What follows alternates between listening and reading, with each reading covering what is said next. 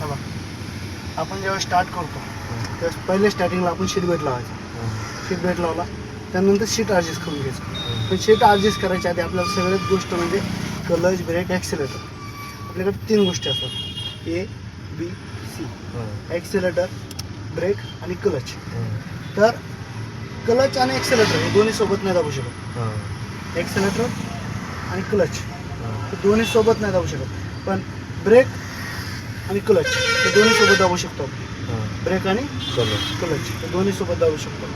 आणि त्यासाठी आपल्याला गाडी चालू आहे तर बंद आहे आपल्याला ती कळायला पाहिजे. कारण आपले फंक्शन चालू आहेत का बंद आहे. समज गाडी चालू आहे, काय गाडी चालू असल्यामुळे आपल्याला काय होणार आहे कळायला पाहिजे की आपली गाडी चालू आहे, आपली गाडी बंद नाही आहे. त्यासाठी चावी ऑन करा. एकदा चावी ऑन केली, पलीकडे ॲक्सिलेटर आहे, हां मधला ब्रेक आहे, ह्यो क्लच आहे. A, B, C. Accelerator, brake, clutch.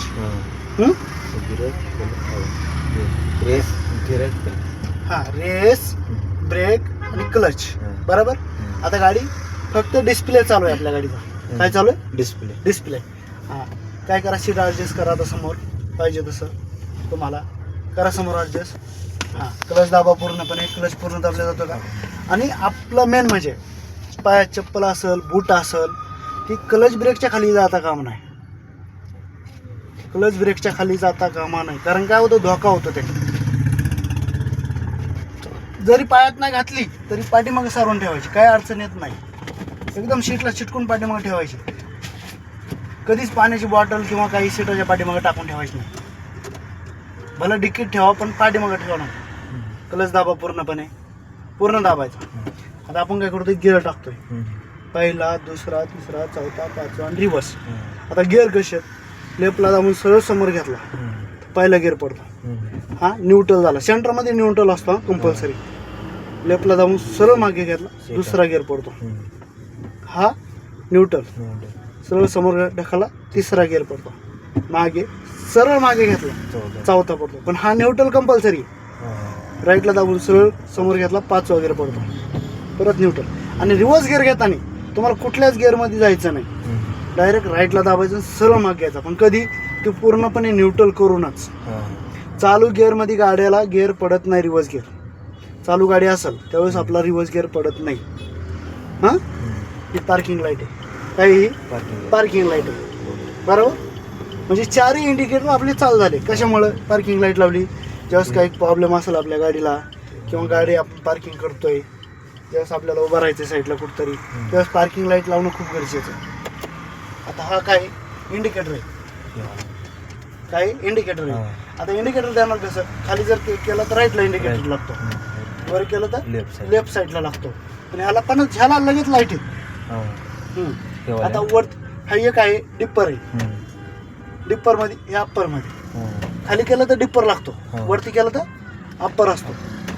खाली टाकलं तर डिप्पर लागतो. मग टू व्हीलर जसं आहे हां सेम तसंच आहे. आता इथं वायपर आहे, हे नॉर्मलमध्ये आहे, हे थोडं हायमध्ये, पूर्ण हाय.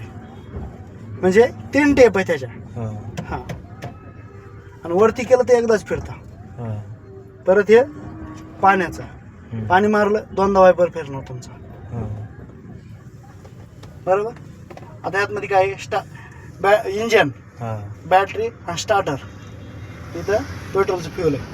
आता सीट बेल्ट, हँड ब्रेक लक्षात ठेवायचं. इथं चिन्ह आहे हँड ब्रेकचं. माणसाने नाही, इकडं गोल चिन्ह आहे त्यात मध्ये आहे का. हां ते हँड ब्रेकचं चिन्ह आहे. ते गेलं, दिसलं. हां चालू करा गाडी. आता समोर चालू करा बरं. हां किती गेले ऑप्शन, 2 ऑप्शन गेले. कुठले बॅटरी आणि स्टार्टरचं ऑप्शन गेलं. समजायचं आपली गाडी चालू आहे, कुणी बसलेला असतो जवळ. जर त्यातमध्ये आपलं ऑप्शन इंजनचं बंद होतं बरं का, त्याला KYC करावं लागते. कारण ती इंजनची KYC जर नाही केले तर ते बंद नाही होत. ती KYC करावं लागते. त्याच्यामुळे ते चालू नाही राहत, ते चालू राहते. KYC जर केली तर प्रॉब्लेम कळतो आपल्याला इंजनमध्ये काय प्रॉब्लेम झालेला आहे, काय कुठली किट गेलेली का, काही गेलेली का, त्याच्यामुळे ते लाईट दाखवते. लक्षात. आता हँड ब्रेक आहे, हँड ब्रेकची लाईट गेली बघा. हा, गेले का? हा, गेले. ते लक्षात ठेवायचे. आता आहे का? आले आता. आहे ना? हम्म. आता गेले. गेले. बरोबर हो. लक्षात आलं तुमच्या? क्लिअर समजले हम्म. नक्की?